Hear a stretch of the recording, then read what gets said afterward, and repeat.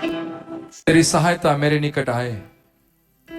मैं केवल सुनने वाला नहीं, मैं केवल सुनने वाली नहीं, बल्कि मैं एक ऐसी बेटी और ऐसा बेटा बनूं उस वचन के अनुसार अनुसरण करने वाला, अनुसरण करने वाली, ताकि स्वर्गदूत जब मेरे आसपास में हो तो वे पहचाने कि मैं परमेश्वर के वचन के अनुसार चलता हूं और चलती हूं।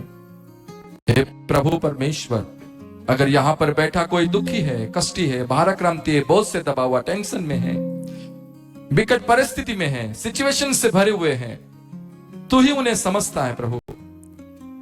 लेकिन हम जानते हैं ऋतुओं को बदलने वाला तू परमेश्वर है, इनके परिस्थिति को भी बदलने की शक्ति रखता है। वचन को सुनते सुनते वे अपने जीवन में आपकी दया को महसूस करे प्रभु, आपकी उपस्थिति को महसूस करे। मैं अपने लिए प्रार्थना करता हूं, जब हम आपके वचन को कहते हैं तो प्रभु आपकी आत्मा हमारे जीवन के ऊपर आए, हमारी अगुवाई करे, हमारी सहायता करे, हम पर दया करे। प्रत्येक शब्दों में प्रभु आपका जीवन हो। शैतान शत्रु के सारे बातों को हम तोड़ते, हल्लों को हम बांधते, अंधकारिक ताकतों को हम बांधते। यहां पर जब हम हॉल के अंदर हैं, चर्च के अंदर हैं, प्रत्येक व्यक्ति खराई से प्रभु आपके वचन को सुने, ध्यान देकर सुने प्रभु, और आपका गौरव प्रकट हो। महिमा वंदना आपको देकर मसीह यीशु के सामर्थ्य नाम से मैं प्रार्थना करता हूं। सुन और बढ़ दया से कबूल कर। आमीन, आमीन। Hallelujah, hallelujah. हम जितने भी हैं, हम सब मसीह में बुलाए गए हैं। हमें मसीह में बुलाया गया है, तो इसलिए हमें इस संसार से अलग रहना चाहिए, संसार के तौर तरीकों से अलग रहना चाहिए, संसार के चल चालाकियों से, भ्रम और भ्रमों से दूर रहना चाहिए, रीति रिवाजों से दूर रहना चाहिए। आप इसलिए बुलाए गए हैं कि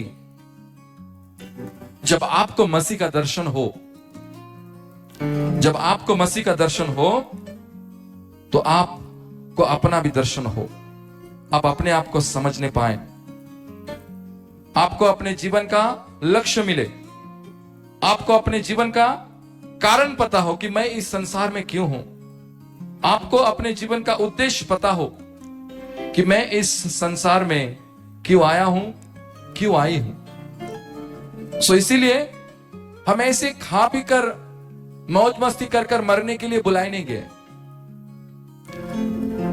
पार्टी जाए, बाजार जाए, मीना बाजार जाए, सर्कस जाए, पकोड़े खाएं, गुपचुप खाएं, और फिर बाद में क्या हो, हम मर जाए, इसलिए हमको बुलाया नहीं गया।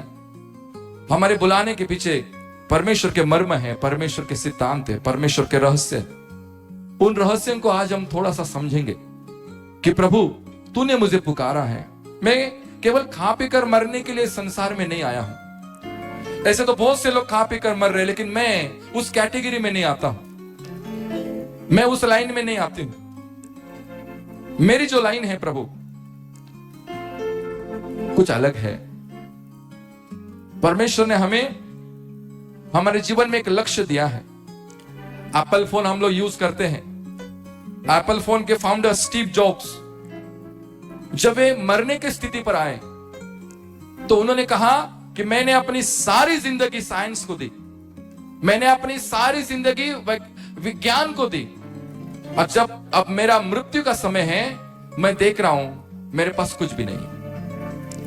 और उन्होंने जब अपने हाथों में देखा ना, अपने जीवन में देखा, तो उनके पास कुछ नहीं है। सो वो दिन आने से पहले जब आप अपने जीवन में देखो कि अब मेरे पास कुछ नहीं है, वो अंत का समय आने से पहले सवर ले, संभल ले, प्रभु में लौट कर आए, प्रभु में स्थिर बने रहे, प्रभु का गौरव करें। और इतनी बड़ी कंपनी उन्होंने बनाई, यूएसए में, अमेरिका में, यूरोप में सभी के सभी एप्पल्स कंप्यूटर, एप्पल्स के फोन्स सब वो लोग यूज करते हैं। दूसरे फोन आपको दिखाई नहीं देंगे। विश्व प्रसिद्ध वर्ल्ड फेमस कंपनी उन्होंने बनाई, लेकिन जब उनका अंत का समय आया, वे कहते हैं कि मैंने अपनी सारा जीवन विज्ञान को दिया, परंतु जब अब मैं मर रहा हूं तो मैं सोच रहा हूं कि मेरे हाथ में क्या है। मेरे हाथ में कुछ नहीं है। सो मेरे प्रियो, ये जो जगत की जो दृष्टि में हमें आता है, जगत की बातें, धन दौलत, रूप रेखा, मान महिमा, प्रतिष्ठा, हर चीज खत्म हो जाएगी, हर चीज मिट जाएगी। नाम, दाम, पद, प्रतिष्ठा सब खत्म हो जाएगी। और वो खत्म होने से पहले अपने आप को संभल ले कि कल पछताने का समय ना आए, कि कल मैं ना पछताऊं, और जब अंत के समय पर रहूं तो मैं अपने जीवन को देख सकूं, परख सकूं, समझ सकूं, अपने जीवन का सिद्धांत हो, अपने जीवन का एक लक्ष्य मेरे जीवन में हो। सो जीवन में लक्ष्य लेकर चले, जीवन में, आपके जीवन में एक लक्ष्य हो, आपके जीवन में एक दर्शन हो। मैं एक साधारण जीवन जी नहीं सकता। साधारण जीवन जीने के लिए करोड़ों लोग इस संसार में, लेकिन जब मैं प्रभु में बुलाया गया हूं तो मैं सर्वसाधारण जीवन कैसे, हाँ मैं सर्वसाधारण मनुष्य हूं, लेकिन मैं सर्वसाधारण जीवन नहीं जी सकता। मेरे लिए दर्शन हो, मेरे लिए एक लक्ष्य हो, मेरे लिए कुछ योजनाएं हो, और वो योजनाएं आपको पता हो यिर्मयाह 29 और 11 के अनुसार कि उसकी योजनाएं हमारे लिए हानि की नहीं है वरन कुशल ही की है। तो उन सभी बातों को स्मरण करते हुए प्रभु का गौरव करे और परमेश्वर के निकटवर्ती हो, क्योंकि वो प्रभु भला है, वो परमेश्वर अच्छा है। सो एक वचन कहता है, भजन संहिता उसका 11 और उसके 7 में, क्योंकि यहोवा धर्मी है, वह धर्म ही के कामों से प्रसन्न रहता है, धर्मी जन उसका दर्शन पाएंगे। धर्मी जन उसका दर्शन पाएंगे। बोलो, मैं उसका दर्शन पाऊंगा। बोलो, मैं उसका दर्शन पाऊंगा। हम सभी के सभी उसका दर्शन पाएंगे, क्योंकि प्रभु का वचन कहता है, क्योंकि यहोवा धर्मी है और वह धर्म के ही कामों से प्रसन्न रहता है। तो हमें धर्म के कामों को करने के लिए हमारे जीवन में दर्शन होना चाहिए, एक लक्ष्य होना चाहिए। आस पास अड़ोस पड़ोस के लोग आ रहे, बैठ रहे, खा रहे, पी रहे, सो रहे, और उनका जीवन यही चल रहा है, उनके जीवन की चक्र इसी प्रकार से घूम रहा है। सो मेरे प्रियो, इस प्रकार से अपने जीवन में ना हो। जब आज हम यहां पर इस स्थान पर सुबह में बैठे हैं, ऐसे नहीं बैठे हैं, हम ऐसे बुलाए नहीं गए। आज हम अपने बारे में सोचे, अपना चिंतन करें, अपने ऊपर मनन करें कि भाई मैं कहां पर जा रहा हूं, कि भाई मेरी जिंदगी कौन से ट्रैक पर चल रही है। शायद मैं लक्ष्यहीन तो नहीं चल रहा हूं, शायद मेरे जीवन में लक्ष्य है ही नहीं, शायद मेरे जीवन में कुछ दर्शन है ही नहीं। पैसा तो हर कोई कमा रहा है, लेकिन मेरे पैसा कमाने के पीछे के दर्शन क्या है? घर तो हर कोई बनाएगा और बना रहा है, लेकिन मेरे घर बनाने के पीछे दर्शन क्या है? गाड़ी हर कोई खरीद रहा है, हर कोई खरीदेगा, लेकिन मेरा खरीदने के पीछे लक्ष्य क्या है? मोबाइल आज हर किसी के हाथों में, लेकिन मैं इस मोबाइल को क्यों खरीदूंगा? उसका दर्शन क्या है? चर्च में हर कोई जाता है, आता है जो धर्मी है, लेकिन मेरा चर्च में जाने का दर्शन क्या है? चर्च में जाने का मेरा लक्ष्य क्या है? आज बैठे बैठे थोड़ा अपने बारे में थोड़ा चिंतन करें, थोड़ा मनन करें। ऐसे ही हम लोग गुड फ्राइडे, ईस्टर और क्रिसमस के विश्वासी मसीह नहीं बन सकते। हमारे लिए रोज क्रिसमस हो, हम रोज केक काटेंगे, रोज आनंद मनाएंगे, रोज फटका फुटाएंगे। हमारा जीवन इस प्रकार से हो कि हम भीड़ से अब अलग होने का समय आया है। अब हम भीड़ में नहीं चल सकते। देखो, न्याय जो होगा, न्याय व्यक्तिगत होगा, इसलिए आपको दर्शन जो लेना है, दर्शन भी व्यक्तिगत लेना पड़ेगा। क्योंकि दर्शन व्यक्तिगत होता है। अगर हमारे जीवन में दर्शन नहीं और वो व्यक्तिगत दर्शन नहीं, सामूहिक दर्शन काम नहीं आएगा। अब ये आपके अनंत जीवन की दौड़ है और इसमें आप केवल गुड फ्राइडे, ईस्टर और क्रिसमस के लिए नहीं बने हैं। आपके जीवन के कुछ लक्ष्य हैं, मसीहों के जीवन का कुछ लक्ष्य है। गैर विश्वासी कैसे मसीह को जान सकता है जब हम विश्वासी मसीह को ठीक से नहीं जानते? गैर विश्वासी कैसे वचन को समझ सकता है जब हम विश्वासी वचन को ठीक से नहीं समझते? हमें बाइबल पढ़ना ठीक से नहीं आता, हमें आयुब की पुस्तक कहां पर है ठीक से पता नहीं, योएल की पुस्तक, एजेकियल की पुस्तक कहां पर है ठीक से पता नहीं, मलाकी है कि नहीं वो भी हमको पता नहीं, प्रकाशित वाक्य आखिरी पुस्तक है क्या पहली पुस्तक है वो भी हमें समझ में नहीं आता। ये हमारी कंडीशन है। किसी जवान को मैंने कहा योएल की पुस्तक निकालो और पढ़ो, तो वो योएल की पुस्तक नए नियम में खोज रहे। ये हमारे जवानों की परिस्थिति है। अगर जीवन में दर्शन नहीं है, इस प्रकार की बातें होगी। अगर जीवन में लक्ष्य नहीं है तो ये सारी परिस्थिति आएगी। आज कई चर्चेस में मैं जाता हूं, देखता हूं लोग गुटखा खाकर चर्च में बैठे, पीछे में बैठे हुए, दारू पीकर चर्च में आ रहे। चर्च में मैरिज हो रहा है और पिक्चर के गानों पे डांस हो रहा है। चर्च में इधर मैरिज है बाहर में और पीछे में कार में बैठकर उनका देसी का प्रोग्राम चालू है। ऐसे अगर धर्मी होंगे तो कैसे परमेश्वर का दर्शन देखेंगे, मुझे बताइए। अगर विश्वासी होंगे तो गैर विश्वासी कैसे प्रभु के वचन के बारे में जानेंगे, सीखेंगे और समझेंगे? ऐसे नहीं हो सकता। बोलो ऐसे नहीं हो सकता। बोलो ऐसे नहीं हो सकता। बोलो मैं अपने जीवन का सत्यानाश नहीं करूंगा। या फिर बोलो मैं, जोर से बोलो, मैं अपने जीवन का सर्वनाश होने नहीं दूंगा। हालेलुया। जीवन है इसके लिए, सर्वनाश होने के लिए नहीं है। खाओ पियो मौज करो नहीं। इसलिए भजन संहिता कहता है 118 का 24 में, आज का दिन यहोवा ने बनाया है। तो आज हम बैठे बैठे सोचेंगे अपने बारे में, बैठे बैठे प्रभु के बारे में सोचेंगे, मनन चिंतन करेंगे। दर्शन नहीं है तो दर्शन लेंगे। गलतियां की है तो कोई बात नहीं, मानेंगे। भूल हो गया कोई बात नहीं, मानेंगे। लेकिन प्रभु से दूर नहीं जाएंगे। गलतियों कर कर भागेंगे नहीं।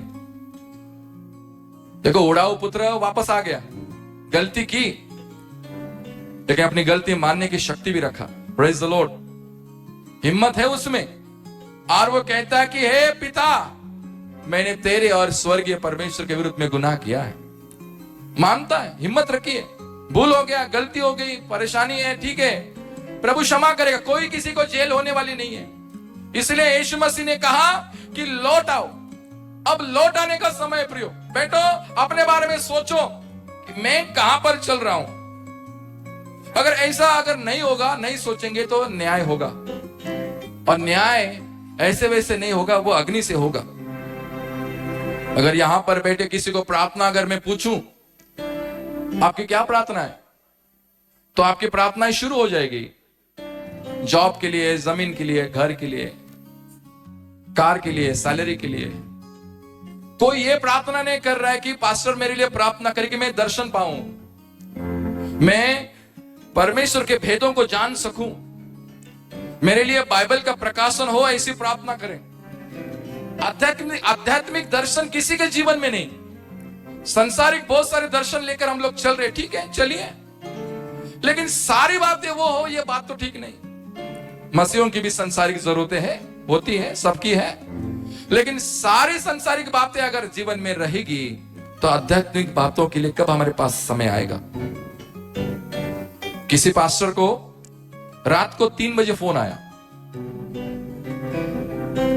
और उनके असिस्टेंट ने उस फोन को उठाया और वो क्या प्रार्थना बताए मालूम है? तो पास्टर मेरे लिए प्रार्थना करे, मेरा पेट में दर्द दुख रहा, मेरा पेट में दर्द है। उनके आशीष ने कहा कि आपको प्रार्थना की जरूरत नहीं है, आपको प्रार्थना की जरूरत नहीं, आपको यूनो की जरूरत है। यूनो खाइए, ठीक हो जाएंगे। आज हम लोग प्रकृति के बारे में ज्यादा समझते नहीं है, प्रकृति से जुड़े देसी है लोग, हम लोग आदिवासी लोग हम लोग हैं, और फिर भी हम लोग ये सभी प्रकृति से हम लोग बहुत प्रकार से हम लोग दूर हैं। ये केवल समझने का विषय नहीं है, आज इस पर हमें विचार करना है। हमारे खाने पीने का समय नहीं है, 7 बजे के बाद हमको खाना नहीं खाना चाहिए, लेकिन हम लोग 12 बजे 11 बजे खाना खा रहे हैं, रात के 2-2 बजे 3-3 बजे हम लोग खाना खा रहे हैं, सोने के समय में खाना खा रहे, खाना खाने के समय में सो रहे। अगर ऐसा अगर चलता रहेगा तो बीपी भी बढ़ेगा, शुगर भी होगा, माइग्रेन की बीमारी होगी। देखो प्रभु ने बुलाया है तो स्वस्थ शरीर से हम उसके पास जा सकते हैं, प्रेज द लॉर्ड। चंगाई से हम लोग जा सकते हैं उसके पास, उसका काम कर सकते हैं। तो इसलिए इन पेड़ पौधों को देखो, ये परमेश्वर की प्रकृति है, प्रभु ने इसी को पेड़ पौधों को बनाया। तुलसी का पेड़, ये इधर बगल में नीम का पेड़, इधर पिजोड़ी का पेड़, ये प्रकृति को परमेश्वर ने बनाया। थोड़ा इसके बारे में जानो, यहाँ पर बैठो, बैठने वाले कितने हैं जो मैं पूछूंगा आपको, विज्ञान के बारे में कितना नॉलेज है, आयुर्वेद के बारे में कितना नॉलेज है? नहीं होगा, क्योंकि हम प्रकृति से प्रेम नहीं करते, इसलिए कि हम परमेश्वर से प्रेम नहीं करते। हम परमेश्वर को नहीं समझते, इसलिए उसकी प्रकृति हमें समझ में नहीं आती। और यह परिस्थिति है हमारी, और इस परिस्थिति में हम विश्वासी आगे बढ़ रहे हैं, आगे चल रहे हैं। तो ऐसे कैसे हो सकता है? इसलिए भजन संहिता 119 उसका 71 कहता है, राजा दाऊद ने एक सुंदर बात कही, मुझे जो दुख हुआ वो मेरे लिए भलाई हुआ है। क्या कहता है वो? मुझे जो दुख हुआ वो मेरे लिए भलाई हुआ है, जिससे मैं तेरे विधियों को सीख सकूं। बेटे बेटे सीखो, परमेश्वर के विधियों को सीखो।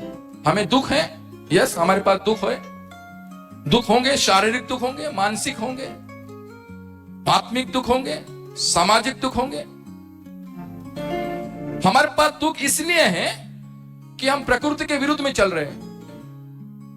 सोने के समय में हम लोग खा रहे, खाने के समय हम लोग सो रहे, ना पीने का ढंग है हमारा, ना चलने का कुछ रिवाज है, ना कुछ सिस्टम है।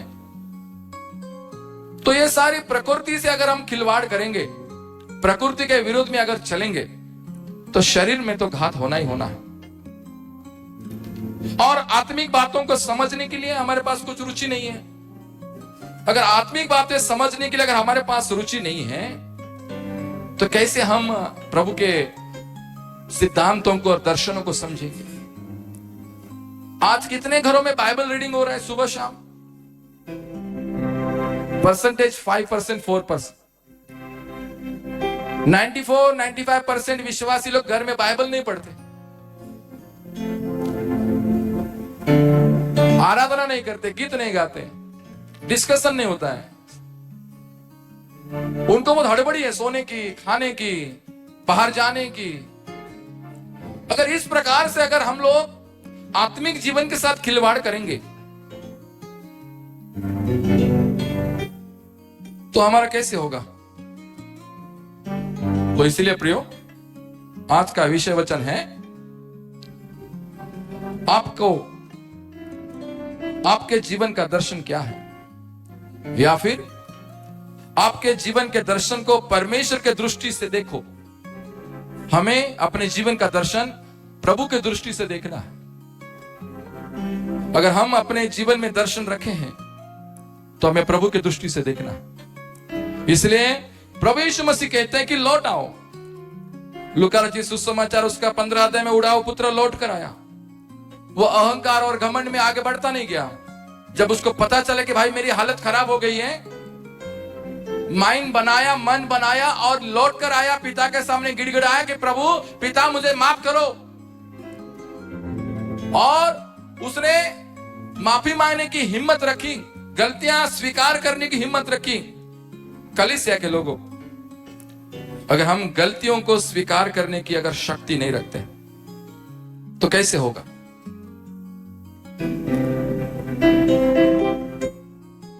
हर संडे शाबाशी वाले वचन सुनने से हमें अच्छा लगता है, प्रोत्साहन वाले वचन सुनेंगे तो हमें अच्छा लगता है, लेकिन ऐसे मत होइए, ये आदत अच्छी नहीं है। हर संडे हम जाएंगे, प्रोत्साहन के वचन पास्टर देंगे, शाबाश वाले वचन देंगे, ऐसे हैबिट मत लगाइए, क्योंकि सत्य हमेशा नीम के समान कड़वा होता है और उसका सामना करना आना चाहिए। इसीलिए प्रभु यीशु मसीह कहते हैं यूहन्ना सुसमाचार 10:11 में, यीशु मसीह ने कहा, अच्छा चरवा मैं हूं जो अपनी भेड़ों के लिए अपना प्राण देता है। हमें दर्शन मालूम नहीं, हमने किसी ने बताया, हमने सुना और हम चले। भाई दर्शन क्या है? किसी विषय, किसी वस्तु या व्याख्या क्या, अंतिम छोर तक जाना, ये विषय, ये दर्शन है। सो आपको पता होना चाहिए कि भाई प्रभु यीशु जो बोले वो उन्होंने किया कि नहीं किया। प्रभु यीशु कर्मयोगी थे और कर्मयोगी का अर्थ यह है कि जो वो बोलता है वो करता है, जो वो सोचता है वो करता है। बोलने वाला, करने वाला कर्मयोगी कहा गया। और यीशु को लोग कर्मयोगी बोलते हैं क्योंकि उसने कहा कि अच्छा चरवा मैं हूं जो अपने भेड़ों के लिए अपना प्राण देता है। अब पूछो एक दूसरे को कि यीशु ने अपना प्राण दिया कि नहीं दिया, क्योंकि वो कर्मयोगी, उसने प्राण दिया। मेरे प्रियो, उसका अनुभव हमें होना चाहिए, उसका अर्थ हमें समझ में आना चाहिए कि सही में ऐसी परिस्थिति है। आज पॉलिटिशियंस बहुत सारे दर्शन देते हैं, अरे हम तुम्हारा रास्ता बना देंगे, अरे कुछ बात नहीं हम लोग करेंगे, 50 लाख 60 लाख, अरे मैं निकाल लूंगा, मैं कर लूंगा। और अपने चर्च के बाहर देखो, सबको दिक्कत हुई है। जब से हमने मुरुम डाले उस दिन से बारिश रुकी ही नहीं है, जेसीबी घुमाने का मौका नहीं मिला। चर्च के अंदर भी ऐसे ही हालत है, 10 ट्रिप हमने मुरुम डाले कि जवान लोग आए उसको ये करे, लेकिन बारिश रुका नहीं। इसी दिन का मुझे टेंशन था।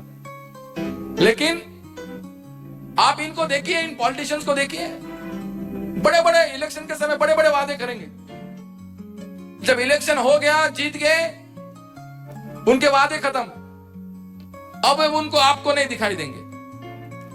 लेकिन प्रभु यीशु ने जो वादे किए, प्रभु यीशु ने जो प्रचार किया, उसमें से एक भी ऐसी बात आप दिखाओ जो उसने पूरी नहीं की। Praise the Lord.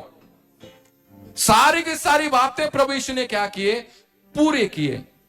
इसलिए प्रभु यीशु को कर्मयोगी कहा गया और इसलिए मैं उसका प्रचार करता हूं और करता रहूंगा।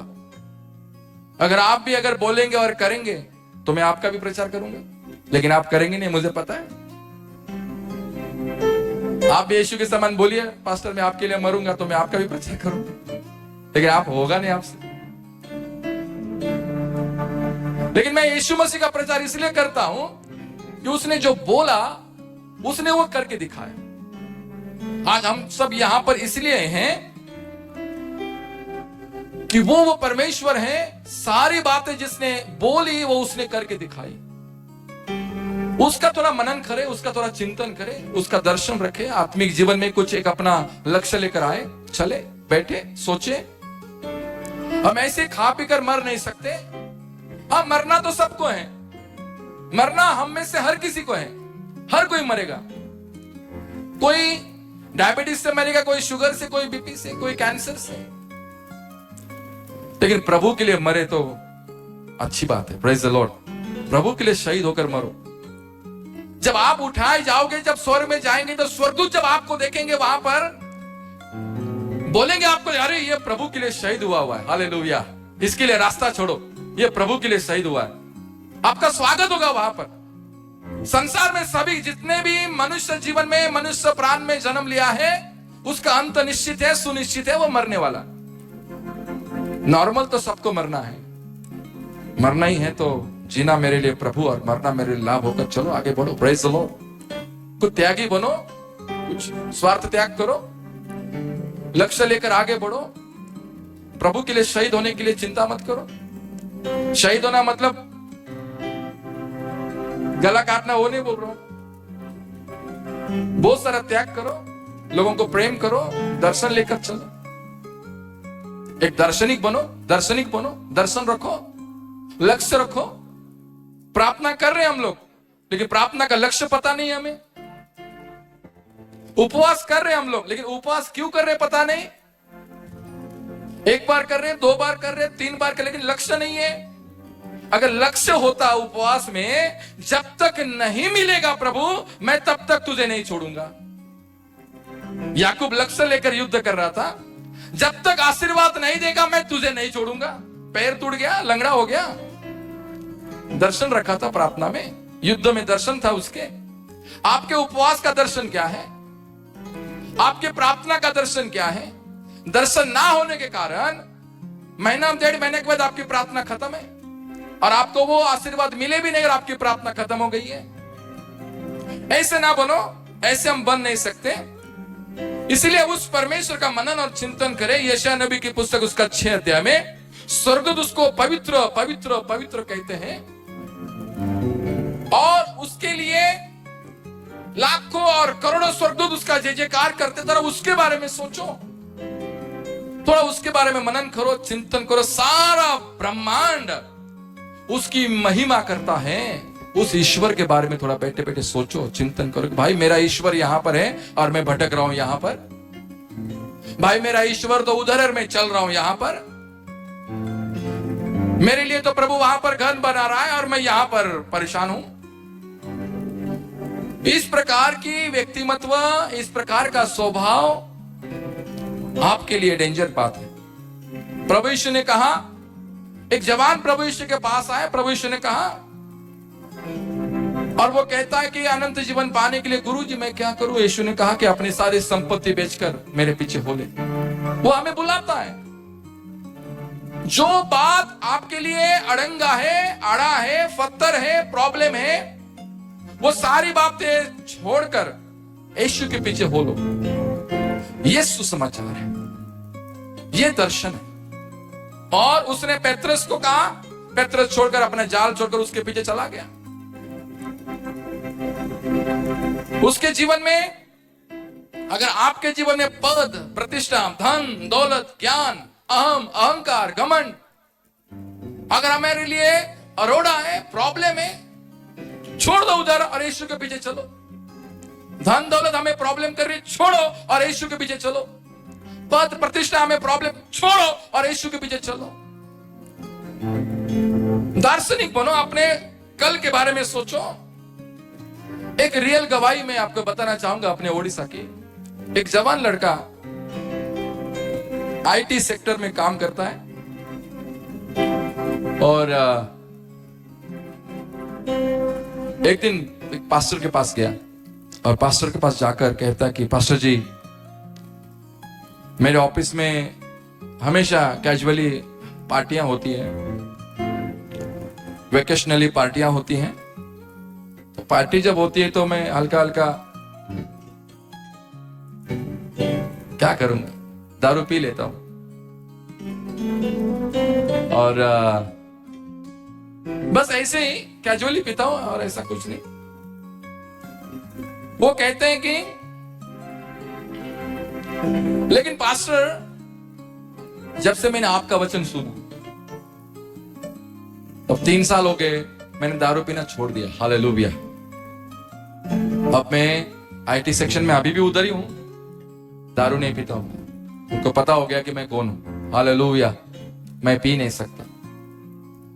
ऐसी बहुत सी बातें हमारे जीवन में है, स्वभाव में है। जक्कई ने खड़े होकर कहा, लूका रचित सुसमाचार 19:8 में वो खड़े होकर कहता है, वो अपनी गलती मानता है और वो कहता है कि प्रभु, अगर मैंने किसी का लूट कर, झूठ बोलकर, ठग कर किसी का लिया है तो मैं अपने आधी संपत्ति गरीबी में बांटता हूं और जिसका झूठ बोलकर लिया है, ठग कर लिया है, उसको 4 गुना रिटर्न कर। खड़े होकर अपनी गलती को मान रहा है। देखो, गलतियां मनुष्य करेगा, लेकिन गलतियों को मानने का साहस रखो, हिम्मत रखो, बल रखो। हम अपने जीवन में अपनी गलतियों को नहीं मानते, अपने पापों को नहीं स्वीकार करते। जब कुछ गलती होती तो हम इधर देखते और हम उधर देखते, इसके ऊपर ढकलते और उसके ऊपर ढकलते। लेकिन हम साहस नहीं रख रहे कि नहीं सर, भूल हो गई, अगली बार नहीं होगा। नहीं प्रभु, नहीं होगा, अगली बार मैं नहीं करूंगा। जक्कई ने क्या किया पता है? ना बल्कि उसने अपने गलत को मान लिया, बल्कि उसने गलत को छोड़ दिया। ना बल्कि उसने गलती को छोड़ दिया, उसने एक इतिहास तैयार किया। बहुत से कम लोग इस प्रकार का काम कर पाएंगे। सारी संपत्ति उसने कंगालों को बांट दी, और जिनका ठग कर लिया तो उनको 4 गुना रिटर्न कर दी। क्यों ऐसा हुआ मालूम है? क्यों जक्कई पागल हो गया वो? क्यों ऐसा करेगा? उसके जीवन में उसको दर्शन हो गया। हालेलुया। उसके जीवन का लक्ष्य उसको पता हो गया। और जिस आदमी के जीवन में लक्ष्य आएगा, दर्शन आएगा, वो ऐसे ही संसार की मोह माया में फंसा नहीं रहेगा। वो प्रभु के पीछे पीछे लौट कर आएगा। हालेलुया। प्रभु के पीछे पीछे लौट कर आएगा। और जब वो प्रभु के पीछे पीछे लौट कर आएगा, परमेश्वर उसके जीवन में कार्य करेंगे। लूका रचित सुसमाचार 19:10 में लिखा है, प्रभु यीशु कहते कि आज इस घर में उद्धार आया है। और ये कोई साधारण घटना नहीं है। हम में से जितनों का भी उद्धार हुआ है, जिस दिन हम स्वर्ग में जाएंगे उस दिन हम जक्कई को देखेंगे। हालेलुया। क्योंकि यीशु मसीह उसके घर गए थे और उसको कहा था आज इस घर में उद्धार आया है। जिस दिन हम स्वर्ग में जाएंगे जक्कई को निश्चय देखेंगे। आपको किसको किसको देखने का मन है? सब स्वर्ग में जाएंगे, आप किसको देखना चाहते हैं? आप दाऊद को देखेंगे? देखेंगे नहीं देखेंगे? पेत्रस को देखेंगे, राजा दाऊद को देखेंगे, एजेकियल को देखेंगे। बाबा तू कैसे वहां पर वो हड्डियों के बीच में खड़ा हुआ? थोड़ा पूछेंगे आप उसको, नहीं क्या हड्डियों को तूने भविष्यवाणी की, फिर कैसे, थोड़ा स्टोरी बताओ। साधु पौल को देखना चाहोगे? मत्ती को देखना चाहोगे? 12 प्रेषित अब्राहम को, हमारा विश्वासियों का पिता, उसको देखने का मन आपका है कि नहीं है? कैसे है? चलो कोई आए ना, मुझे तो जी भी आओ। उधर जाने के लिए भी स्वार्थ रख रहे हो क्या? दर्शन रखो, स्वर्ग क्यों जाना है आपको? लक्ष्य रखो अपने जीवन में, स्वर्ग जाने का लक्ष्य रखो। मैं जाऊंगा, मेरे प्रभु का दर्शन देखूंगा, साक्षात मेरे प्रभु को देखूंगा। और जब मैं प्रभु को देखूंगा जोर से चिल्लाऊंगा। एक बात याद रखो, मरकुस रचित सुसमाचार उसका 8:36 में लिखा है, मनुष्य सारे जगत को प्राप्त करे और अंत में अपने प्राण की हानि उठाए तो उसे क्या लाभ होगा? बेटे बेटे अपने बारे में थोड़ा सोचे। बस सोच लीजिए कि आपके पास दुनिया की सारे आशीष आपके पास गाड़ी है, घर है, मोबाइल है, अच्छा धन दौलत है, अच्छा जॉब है, पति है, पत्नी है, बच्चे है, जमीन है। आपको क्या चाहिए इस संसार में? सब चीजें।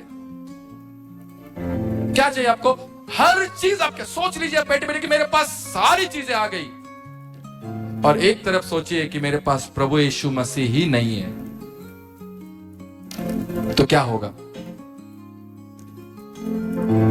और एक तरफ सोच लीजिए अगर मेरे पास प्रभु यीशु मसीह नहीं है और मेरे पास संसार की सारी खुशियां हैं और मैंने अपने प्राण की हानि उठाई, तो क्या होगा?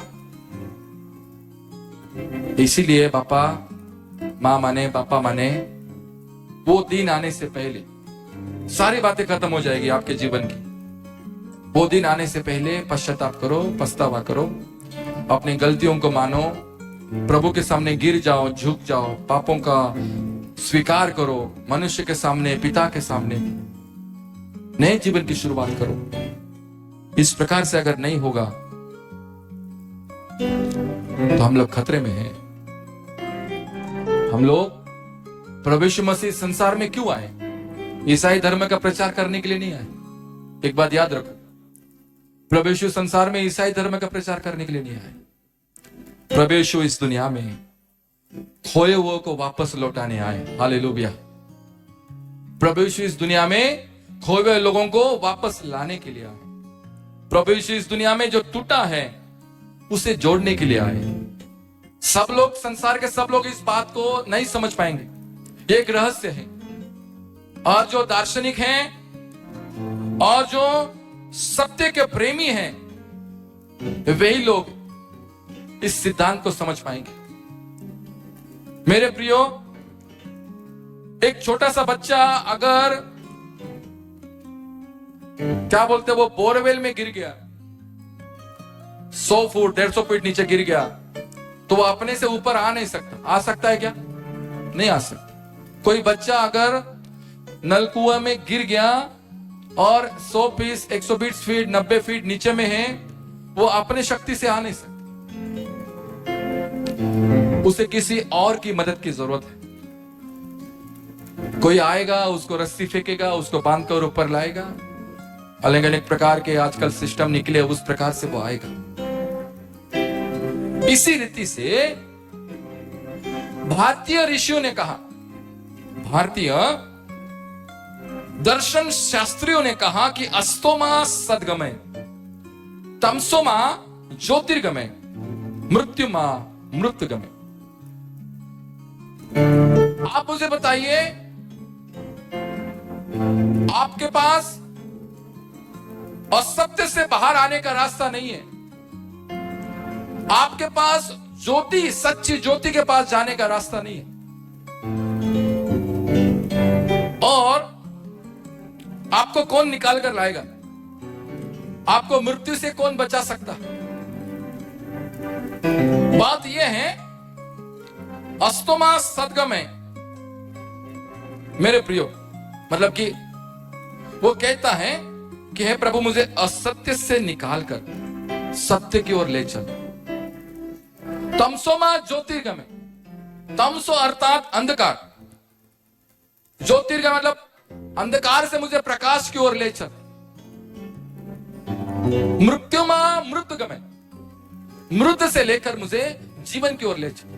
भारतीय ऋषियों ने कहा, दर्शन शास्त्रियों ने कहा, और इसका उत्तर किसी के पास नहीं, और इसका तलाश किसके पास नहीं, इस प्रार्थना का उत्तर किसी के पास नहीं। लेकिन यीशु मसीह ने इस प्रार्थना का सही उत्तर दिया। यीशु मसीह यूहन्ना 4:6 में कहते हैं, मार्ग, सत्य और जीवन मैं। संसार ने कहा कि हमें असत्य से सत्य की ओर ले चलने वाला कौन है? यीशु मसीह कहते हैं कि मैं ही सत्य हूं। संसार कहता है, एक प्रभु हमें अंधकार से ज्योति में ले चल। यीशु मसीह कहता है कि जगत की ज्योति मैं हूं। संसार कहता है कि हे प्रभु मृत्यु से जीवन में हमें ले चल। यीशु मसीह कहता है कि पुनरुत्थान और जीवन मैं हूं। जो कोई मुझ पर विश्वास करता है, यदि वो मर भी जाए तब भी वो क्या रहेगा? जीवित रहेगा। एक सही प्रार्थना का सही उत्तर प्रभु यीशु देते हैं। मेरे प्रियो, एक world famous scientist Neil Armstrong, Apollo mission 11 के दौरान इनको चांद पर जाने का मौका मिला, और ये दुनिया के पहला मनुष्य जिसने चांद पर अपना कदम रखा। और जब नील वहां पर है और अपना टूर वे लोग खत्म कर आए, अमेरिका से थे, और जब वे इस पृथ्वी पर आए तो लोगों ने उनकी बहुत वाह की। ओ नील, आपने बहुत बड़ा अचीवमेंट किया, बहुत बड़ा काम किया, आप पहला ही मनुष्य है जो चांद पर कदम रखे। नील बोलते हैं कि नील आर्मस्ट्रांग बोलते हैं कि नहीं नहीं नहीं, चांद पर जाना बड़ी बात नहीं है। मैं पहला हूं ठीक है, लेकिन दूसरा कोई होगा, तीसरा कोई जाएगा, चौथा कोई जाएगा, पांचवा कोई जाएगा। चांद पर जाना कोई बड़ी बात नहीं है। लेकिन जो चांद को बनाने वाला है वो पृथ्वी पर आया, ये हमारे लिए बहुत बड़ी बात है। Praise the Lord. सो वो लक्ष्य किधर लेके जा रहे हैं? परमेश्वर के पास लेके जा रहे हैं। इतना बड़ा साइंटिस्ट, इतना बड़ा वैज्ञानिक, उसके जीवन में दर्शन है, और वो इतने ऊपर जाने के बाद भी अहंकार से, घमंड से नहीं भरा, और वो नीचे आकर कहता है चांद पर जाना कोई बड़ी बात नहीं है। बड़ी बात यह है कि जिसने चांद को बनाया वो हम लोगों के बीच में आकर रहा, और प्रभु यीशु मसीह इस पृथ्वी पर आए, मनुष्य के बीच में उन्होंने डेरा किया। मनुष्य उनके खोज रहा था, प्रभु उनके पास आए, उन्हें शांति दी। मेरे प्रियो, आज ऐसे परिस्थिति में हम लोग हैं, ऐसे हालातों में हम लोग हैं, मनुष्य अपने बुद्धि से परमेश्वर का सामना नहीं कर सकता। मनुष्य अपने तर्कों से, विचारों से, विवेक से परमेश्वर का सामना नहीं कर सकता। मनुष्य अपने इन आंखों से पवित्रता का सामना नहीं कर सकता। हमारा ज्ञान सीमित है, हमारे ज्ञान के लिए सीमाएं हैं। हम इन आंखों से कितना दूर दृष्टि कर सकते हैं। यहां से थोड़ा उधर दिखेगा, थोड़ा ऊपर टेरेस पे जाएंगे, थोड़ा बिल्डिंग के ऊपर जाएंगे, किलोमीटर, 2 किलोमीटर, 3 किलोमीटर, 4 किलोमीटर हमको दिखाई, उसके आगे नहीं पता चलेगा, क्योंकि हमारे पास सीमाएं हैं, बंधन। हम अपने इंद्रियों से, हमारे विवेक से, हमारे ज्ञान से हम परमेश्वर का सामना नहीं कर सकते। सबसे छोटा भाग है हमारे जीवन का। इसलिए हम बैठे बैठे अपने बारे में थोड़ा लक्ष्य करें, अपने बारे में थोड़ा सोचें कि मेरे जीवन में दर्शन है कि नहीं। डॉक्टर सर्वपल्ली राधाकृष्ण जी कहते हैं, ज्ञान तो आपको संसार के बहुत से शास्त्रों में मिलेगा, ज्ञान आपको संसार के बहुत से शास्त्रों में मिलेगा, लेकिन आपको दर्शन चाहिए तो आपको मसीह के पास मिलेगा। हालेलुया। आपको अगर दर्शन चाहिए, आपको प्रभु यीशु मसीह में मिलेगा। प्रभु यीशु मसीह में दर्शन लेने के लिए आए, अपने जीवन में एक दर्शन रखें, अपनी योजनाओं को प्रभु के सामने रखें और अपनी तैयारी करें। बैठे बैठे अपने आप को थोड़ा सा उत्साहित करें। नहीं भाई, कुछ गलतियां हैं, ठीक है, एक्सेप्ट करें, उसको छोड़े। प्रार्थना का एक सिस्टम बनाए, वचन पढ़ने का सिस्टम बनाए, आगे बढ़ने का एक सिस्टम बनाए। जो कुछ भी तुम्हारे पास है, पद, प्रतिष्ठा, मान, सम्मान, पैसा, ज्ञान, सुंदरता, पावर, सामर्थ, घमंड, एक न एक दिन खत्म है। और इसका एक सुंदर उदाहरण अगर मैं आपको दूं तो माइकल जैक्सन का मैं आपको उदाहरण रखना चाहूंगा। उनके समय में, इन हिज टाइम, उनके समय में बहुत ही फेमस पर्सन, बहुत ही फेमस पर्सन, उनके पीछे लाखों की भीड़। सारे होटल बिजनेस वाले लोग ये सोचते थे कि आप एक बार हमारे होटल में आए। बहुत फेमस, सारे होटलों में उनकी तस्वीरें लगी हुई हैं, और सारे के सारे होटल वाले चाहते थे कि एक बार आपके जैसा रॉकस्टार हमारे यहां पर आए, स्टे करे। हम आपसे पैसे नहीं लेंगे, उल्टा हम लोग आपको 5 करोड़ 10 करोड़ आपको देंगे, अच्छी फैसिलिटीज देंगे, अच्छे प्रोटेक्शन देंगे, अच्छा खाना पीना देंगे। सारे होटल वाले चाहते थे। सोचने वाले जानकार लोग ये कहते हैं कि दुनिया में सबसे ज्यादा अगर किसी को उपहार दिए गए, किसी को ज्यादा गिफ्ट दिए गए, तो वो माइकल जैक्सन है। इतने उपहार उनको संसार ने दिए। तो सोचने वाले और जानकार लोग ये कहते हैं कि सबसे ज्यादा उपहार उसको मिले, सबसे ज्यादा गिफ्ट उसको मिले। लेकिन आज क्या हुआ उनका? आज उनके गिफ्ट का क्या हुआ? आज उनके जीवन का क्या होगा, क्या हुआ? थोड़ा सोचिए। हर चीज नष्ट हो जाएगी। उम्र के 50 साल में 150 साल तक जीने का तैयारी किया था। 12-12, 15-15 डॉक्टर उनके घर में, ऑक्सीजन का कोई कमी नहीं उनके घर में, नौकर चाकर की कोई घटी कमी नहीं, अरबों और खरबों रुपए का, करोड़ों का मालिक। उम्र के जस्ट 50 साल में डेथ हो गया। उनके इतने टैलेंट का क्या हुआ? डांस, ब्रेक डांस का क्या हुआ? कला कौशल्य का क्या हुआ? सब बातें एक दिन खत्म हो जाएगी प्रियो। इसीलिए बैठे बैठे थोड़ा अपने बारे में सोचे कि प्रभु, मैं खत्म होने से पहले मेरी सुंदरता, मेरी ताकत, मेरी बरकत, मेरा सामर्थ, मेरा धन, मेरा अधिकार खत्म होने से पहले मैं दर्शन रखूं। Praise the Lord. अपने जीवन में दर्शन रखूं, अपने जीवन में लक्ष्य रखूं। और ये मेरे लिए सबसे बड़ी बात है। अल्फ्रेड नोबल एक ग्रेट साइंटिस्ट, स्वीडिश साइंटिस्ट, उन्होंने अपना पूरा जीवन दिया डायनामाइट बनाने के लिए, और वे एक रसायन यज्ञ थे, वे साइंटिस्ट थे, एक इंजीनियर थे। उन्होंने क्या किया, पहाड़ों को तोड़ने के लिए उन्होंने एक ऐसा रसायन बनाया जो पहाड़ों को तोड़कर रास्ता बना सकते, क्योंकि पहाड़ से घूम कर जाने के लिए दिन लगते, महीने लगते। तो उन्होंने क्या किया, मनुष्य के कल्याण के लिए, मनुष्य की सुविधाओं के लिए उन्होंने एक ऐसा डायनामाइट का आविष्कार किया जिसके मनुष्य के करीब आया और रास्ते बनने के लिए सुविधा हुई। लेकिन एक दिन ऐसा आया कि विश्व युद्ध चालू था, और इस विश्व युद्ध में उनके इस आविष्कार का उपयोग हुआ। एक डायनामाइट फोड़ने से हजारों लोग मर रहे थे, हजारों लोग अपने प्राण की हानि ले रहे थे, लाखों लोग एक डायनामाइट फोड़ने से मर रहे थे। और जब उस समय के अखबारों में उनके बारे में छपा,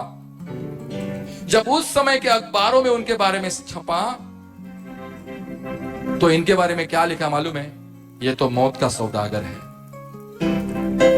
इनको बड़ा दुख हुआ, अरे मैंने जो आविष्कार किया मनुष्य के कल्याण के लिए किया, मनुष्य के भलाई के लिए किया, मनुष्य के उन्नति के लिए किया, लेकिन मनुष्य ने क्या किया, इसका दुरुपयोग किया। बड़े दुखी हो गए, निराश हो गए।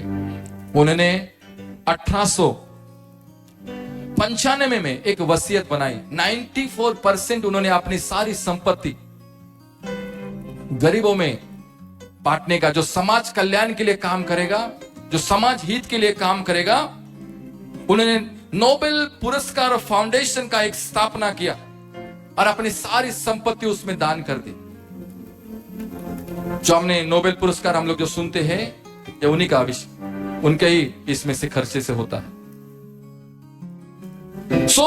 हम इस संसार में जो भी कर रहे हैं, जो भी करने जा रहे हैं, उसके बारे में थोड़ा सा हमें सोचने की जरूरत है। परमेश्वर मनुष्य को बनाकर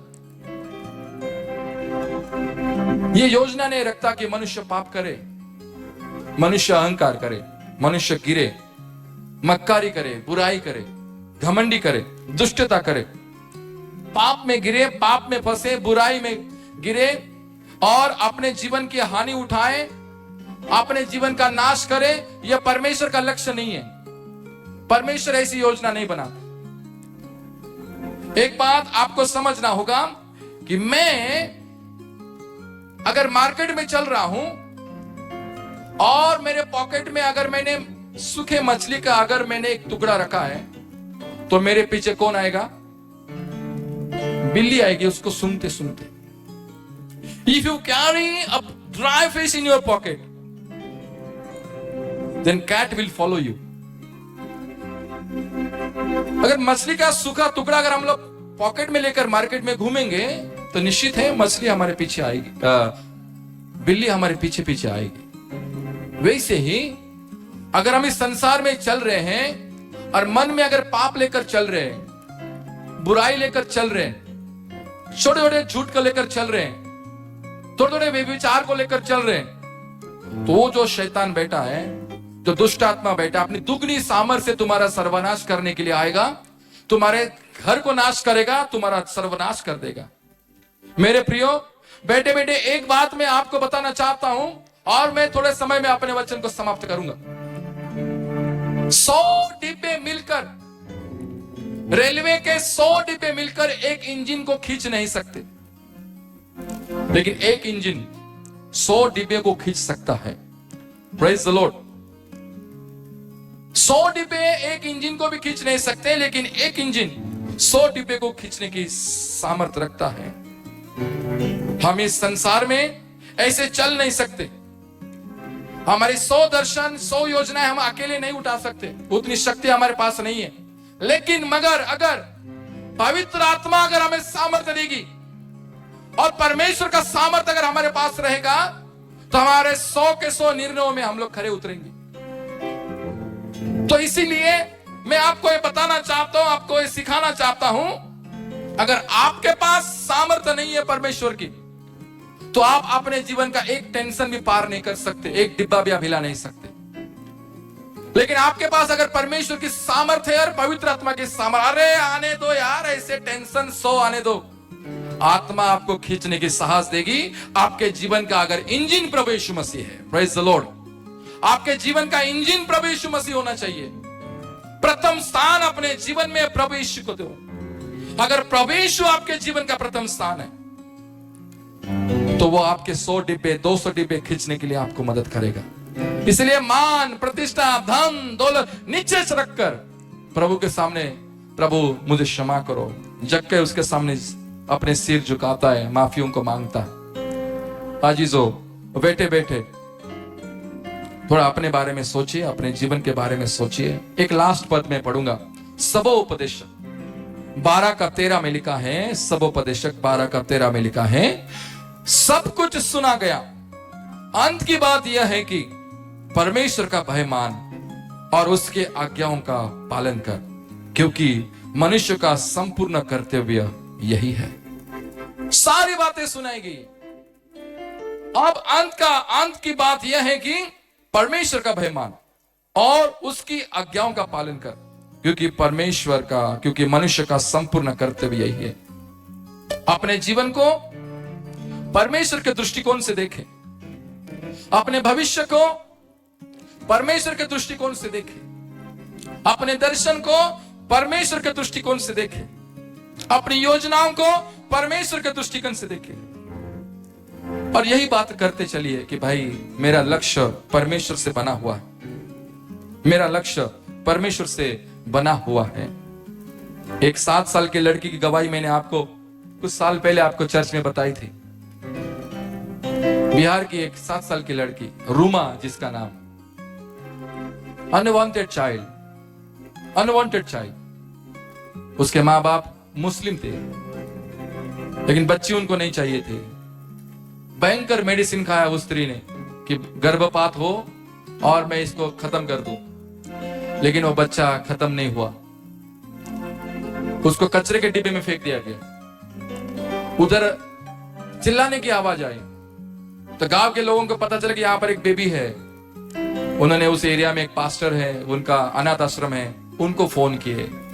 वहां पर वे अंकल आए, उन्होंने उस बच्चे को क्या किया, अपने गोद में लिया और उसका घर ले गए, पालन पोषण किए। उनका एक हॉस्पिटल है, हॉस्पिटल में उसको ट्रीटमेंट किए और उसका नाम रूमा रखे। उम्र की 7 साल में ये लड़की मर गई क्योंकि उसको बोन का कैंसर था, हड्डियों का। दवाई उसके मां ने खाने के कारण ये बच्चा ज्यादा दिन सरवाइव नहीं कर पाया। लेकिन जाते जाते इस रूमा ने क्या किया प्रिय मालूम है? इतनी छोटी सी 7 साल की बच्ची, उसके जीवन में दर्शन है। और वो उसके हॉस्टल में एक 8 साल की बच्ची उसका फ्रेंड थी जिसका नाम आसमा है। और अचानक रूमा सीरियस हो गई और रात को 1 बज गए। पास्टर अंकल ने उसको हॉस्पिटल ले गए। हॉस्पिटल लेने के बाद रूमा आसमा आसमा आसमा कहकर जोर जोर से अपने आंखों को फाड़कर जोर जोर से बोलने लगी, लेकिन उसके मुंह से आवाज नहीं आ रहा है आसमा। लेकिन पास्टर अंकल को पता चला रही है अपने फ्रेंड को ढूंढ रही है। रात को 1:30 बजे उसके फ्रेंड को हॉस्पिटल में बुलाया गया और आसमा दरवाजे में खड़ी है और रूमा उसके तरफ देख देख कर श्वास छोड़ दी। मालूम है क्यों? 2-3 दिन उनके घर में दुख हुआ, उस अनाथ आश्रम में बहुत दुख हुआ। बहुत स्मार्ट लड़की थी, बहुत ब्यूटीफुल लड़की थी वो। सब जन उस रूमा को बहुत प्यार करते। लेकिन तीसरे दिन पास्टर अंकल ने आसमा को बुलाया, बोला बेटा कम यार, क्यों रूमा तेरा बार बार नाम ले रही थी? मालूम है आपको, आसमा बताती है कि अंकल वो मुझे रोज बताती थी प्रभु पर विश्वास करना, उसे प्रेम करना। प्रभु यीशु ही जीवित परमेश्वर, उसने मुझे सुसमाचार दिया। और जाते जाते तक वो मुझे यही याद कर रही थी कि प्रभु से प्रेम कर, उस पर विश्वास कर, उसके पीछे चल। 7 साल की बच्ची, उसके जीवन में न मृत्यु के बारे में ज्ञान है, न जीवन के बारे में ज्ञान है, ना भविष्य के बारे में कुछ ज्ञान है, लेकिन वो एक दर्शन रखी कि मैं आसमा को जीवन बदल दूं। और आसमा आप चेन्नई में डॉक्टर पॉल दिनाकरन के बाइबल स्कूल में ट्रेनिंग करके आप बिहार में एक पास्टर है। Praise the Lord. वो एक पास्टर बन गई है। मेरे प्रियो, आपके जीवन में आपके घर के छोटे छोटे बच्चे क्यों ना हो, दर्शन से भरे हुए हो। उनको बताओ, उनको सिखाओ, बेटा नहीं, तेरा पीछे ये दर्शन है, तेरे पीछे ये दर्शन है, तेरे पीछे ये दर्शन है। बच्चे दर्शन जाने, लक्ष्य समझे अपने जीवन का। मसीह होने के लिए, मसीह होने के नाते हम ऐसे साधारण जीवन जीने से खाओ पियो मौज करो, इधर जाओ उधर जाओ और लास्ट में मरण करो, नहीं, ये हमारे जीवन का लक्ष्य नहीं है। सो आए प्रियो, अपने स्थानों पर खड़े हो, प्रभु के सन्मुख में आए, उसके हुजरी में आए, उसके निकटवर्ती हो। एक लक्ष्य आपके जीवन में हो। क्या महिलाएं, क्या पुरुष, क्या छोटे छोटे 4 साल 5 साल 6 साल के बच्चे अपने जीवन में एक लक्ष्य रखे, एक लक्ष्य के साथ अपने जीवन में आगे बढ़े, दर्शन लेकर आगे बढ़े, प्रभु का गौरव। अपने हृदय पर हाथ रखे। गलतियां मानने का अगर मन कर रहा है, प्रभु के सामने रोने का मन कर रहा है, आप अपने मुखों को खोल सकते हैं, प्रार्थना कर सकते हैं, प्रभु के सामने गिड़गिड़ा सकते हैं, उसके निकटवर्ती हो सकते हैं। धर्मी गलती मानने के लिए शर्माता नहीं कि डरता नहीं। अगर शैतान इस समय कानों में आकर कुछ फुसफुसा रहा है तो उसे यीशु के नाम से धमकाओ और बांधो। 7 साल की लड़की अगर जीवन में दर्शन रख सकती है तो मैं तो 70 साल का हूं, मैं 70 साल की हूं, मैं तो 60 साल का, मैं तो 50 साल का, मैं तो 40 साल का, मैं तो 30 साल का, मैं तो 20 साल का, मैं तो 14 साल का जवान हूं। एक 7 साल की बच्ची मरते मरते अपने लक्ष्य को आसमा आसमा आसमा कहकर आखिरी श्वास तक अपने दर्शन से इर्द उर्द नहीं हुई, तस से बस नहीं हुई, तो मैं कैसे हो सकती हूं? मेरे प्रियो, जब प्रभु यीशु को क्रूस दिया गया, जब प्रभु यीशु को यह क्रूस दिया गया, यह क्रूस एक वेदना का प्रतीक, मृत्यु का प्रतीक। क्रूस, cross was the sign of death, pain and suffering, मृत्यु का प्रतीक, वेदनाओं का प्रतीक। कोई इस क्रूस को प्यार नहीं करता, लेकिन जब यीशु मसीह को यह क्रूस दिया गया, यीशु ने उस क्रूस को गले लगाया, यीशु ने उस क्रूस को प्यार किया और उस क्रूस की कहानी को, इतिहास को प्रभु यीशु ने बदल दिया। आज यह क्रूस मृत्यु नहीं देता, आज यह क्रूस सफरिंग नहीं देता, पेन नहीं देता, आज यह क्रूस हमें शांति देता है, आज यह क्रूस से हमें शालोम मिलता है, आज यह क्रूस से हमें हौसला मिलता है, आज क्रूस को देखने से हमें आनंद मिलता है। मेरे प्रियो, यह क्या है? परमेश्वर प्रभु यीशु मसीह अगर क्रूस की इतिहास को बदल सकते हैं, क्रूस की अगर उसका हिस्ट्री को चेंज कर सकते हैं, तो आपके जीवन के मौसम को भी वो बदल सकते हैं, आपके जीवन के चिंताओं को भी वो बदल सकते हैं, आपके निराशाओं को भी वो आनंद में बदल सकते हैं। अगर आज की सुबह आप एक दर्शन रखेंगे और उसके पीछे आएंगे, उसके पीछे आकर उस पर विश्वास करेंगे और उसी पर विश्वास करेंगे और उसी के पीछे चलेंगे। प्रभु, मैं आपके पीछे पीछे पीछे पीछे पीछे पीछे, अपने भविष्य के बारे में, अपने भविष्य के योजनाओं के बारे में, अपने जीवन के बारे में बैठे बैठे अपने हृदय पर हाथ रखकर सोचे, अपने बच्चों के बारे में सोचे। प्रभु ने आपको बच्चे दिए हैं, बच्चों के बारे में सोचे। कहीं मेरे बच्चे दर्शन रहित तो नहीं चल रहे प्रभु।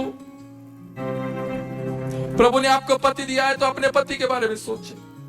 कहीं मेरा पति दर्शन के बिना तो नहीं चल रहा है प्रभु। प्रभु ने अगर आपको पत्नी दी है तो पत्नी के बारे में सोचे कि प्रभु मगर मेरी पत्नी शायद दर्शन के बिना तो नहीं जीवन जी रही मेरे परमेश्वर। मम्मी पापा अगर प्रभु ने आपको दिए तो उनके बारे में सोचे। बेटे बेटे सोचे, उनके बारे में सोचे। शायद मेरे मम्मी पापा तो दर्शन के बिना तो नहीं चल रहे। ओ कलीसिया के लोगों, अगर आप नहीं सोचेंगे तो कौन सोचेगा? यहोवा धर्मी है और वो धर्म ही के कामों से प्रसन्न होता है। और धर्मी जन दर्शन के खोजी होते हैं। क्या आप और मैं अपने परिवार को जब देखते हैं तो वे दर्शन आपको दिखाई देता है? जब आप अपने नन्हे मुन्ने बच्चों को जब देखते हैं तो आप उनके जीवन में दर्शन को आपको दिखाई देता है। जब आप घर के प्रतिष्ठित हो, लीडर हो, अगुवे हो, अधिकारी हो, क्या आपके जीवन में प्रभु के दर्शन को आप देखने पाते हो? सो आए माय डियर सोल, आज अपने आप को खाली करे जक्कई के समान। जक्कई कहता है, प्रभु मैं अपना सर्वस्व त्यागता हूं। आए अपना सर्वस्व यीशु के चरणों पर रखकर उसके पीछे हो, उसके पीछे हो, उसके पीछे हो, उसके पीछे हो, उसके पीछे हो। अपने लिए प्रार्थना करें, अपने बारे में सोचे, अपने जीवन के बारे में सोचे। ये जुलाई का महीना आपके लिए ब्लेसिंग हो, आपकी प्रार्थनाओं का उत्तर हो, आपके दर्शनों को पूरा करने का समय हो। यह जुलाई का महीना आपके लिए ब्रेक थ्रू हो, आपके लिए ब्लेसिंग हो। क्या आप उसका दर्शन रख रहे हैं? ओ मेरे प्रियो, हताशा और निराशा हमारे जीवन में आएगी और जाएगी, लेकिन अगर आपके जीवन का इंजन अगर प्रभु यीशु मसीह है तो 100 डिब्बे भी वो प्रभु यीशु खींचेगा। हालेलुया। आपके ऊपर प्रेशर नहीं आएगा।